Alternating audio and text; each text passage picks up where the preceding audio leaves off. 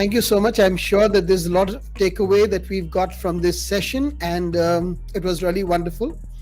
I now request the audience to, they can unmute themselves and you can ask a question to all our speakers of the day. You can also use the chat box and you can write over there, and I'll read out the question, or you can read it out yourself, right? So before the process begins, I'd like to turn to Gautamji and ask him for this question of his when he talks about the Sarang experience, right, and UX.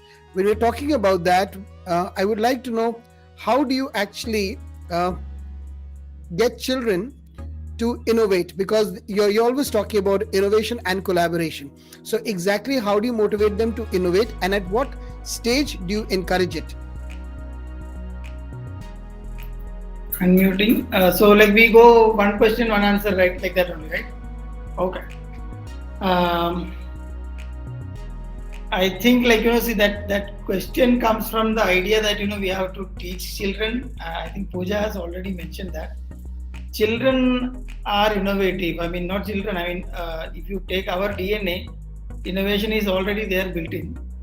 We just have to let them, have the right kind of environment, so that say one thing is that when they innovate, it should not be dangerous to themselves or others. Like for example, my daughter is for the last 2-3 days she is playing with wax. She is creating a new game based out of that Netflix series. What is it called? There is some game something. So she created this small wax discs, which you have shapes in which you have to poke around with a needle and make shapes out of without breaking the disc. It's very simple. So my concern there was that she can burn a little bit, that's okay, but not too much. And also I have 3 kids, so the smaller one is more a little more innovative than the others. So it's basically one thing is that having an open line of communication from the day one, or even from within the mother itself. And the other thing is that just being with them, so that they don't get into trouble. I don't think we have to teach them innovate. It's there, we just don't have to limit them. I think that is the answer from us. And if you want to have more clarification, you can always. No. I think that was great. My next question was for, I think, Pooja ji. She's over here, and we're talking about NLP. And when we talk about NLP, again, the question that we are asking is, how do you gauge a student's performance or assess a student through the NLP? So like I said, there are a lot of questionnaires today. There are checklists which allow you or enable you to gauge or map a child's learning style for each of the 3 dominant learning styles that we spoke about. And a lot of them are there in the open source, of course. But there is also an in-depth study around this, and there are questionnaires available, which are specific to each group or age group also.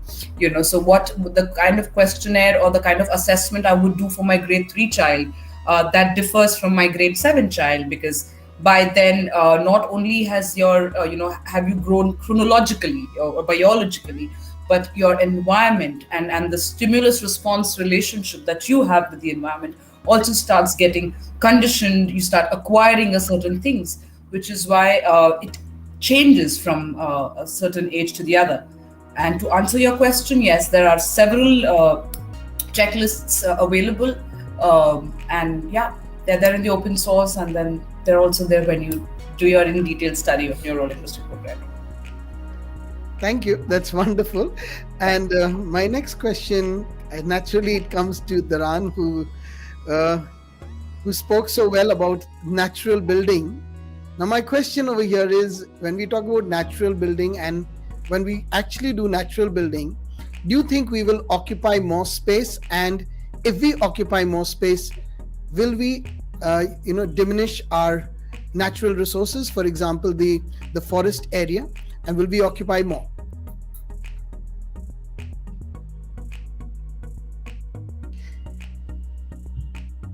You want me to repeat the question?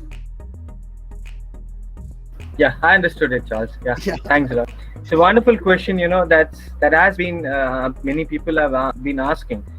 What we advise people is that keep your way of living to your minimal necessities, not in the way of luxury.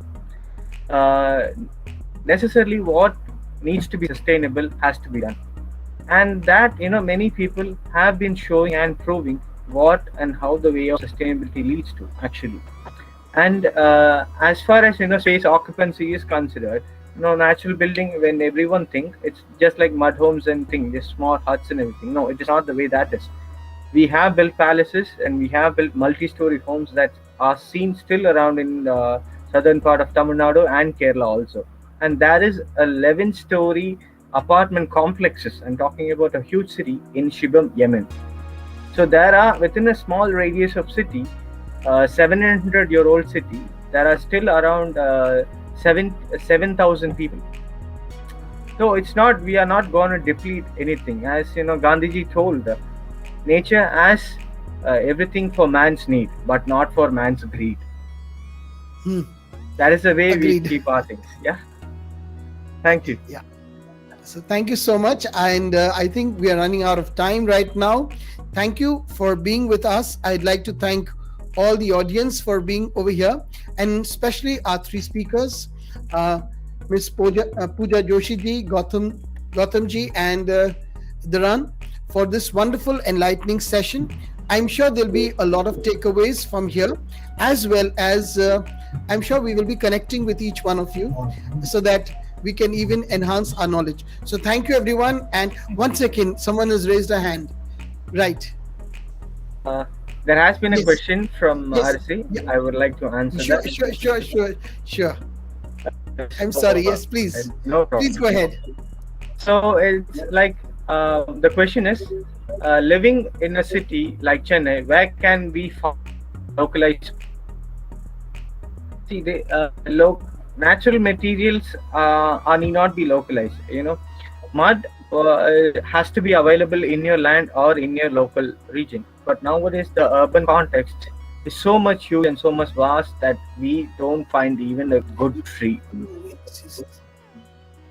Yeah. So for natural I'm material, sure. So natural it's material to be go ahead. available, you must be with a place with nature. Then only natural thing can happen. You have at least a small place where you can plant a few trees or plant a small level of agriculture and use the site soil for building your needs. Yeah. Thanks a lot. Yeah, Arasi, I hope that was it was answered, and thank you so much for that answer. Yeah, that's it. Thank you. So once again, thank you everyone for being with us and joining us. Very special thanks to all my speakers and to the entire team out here. And tomorrow we'll be there with new speakers, and I hope we'll have great knowledge sharing. So thank you once again. It was a delightful moment. God bless. Good night. Thank you and good night, everybody.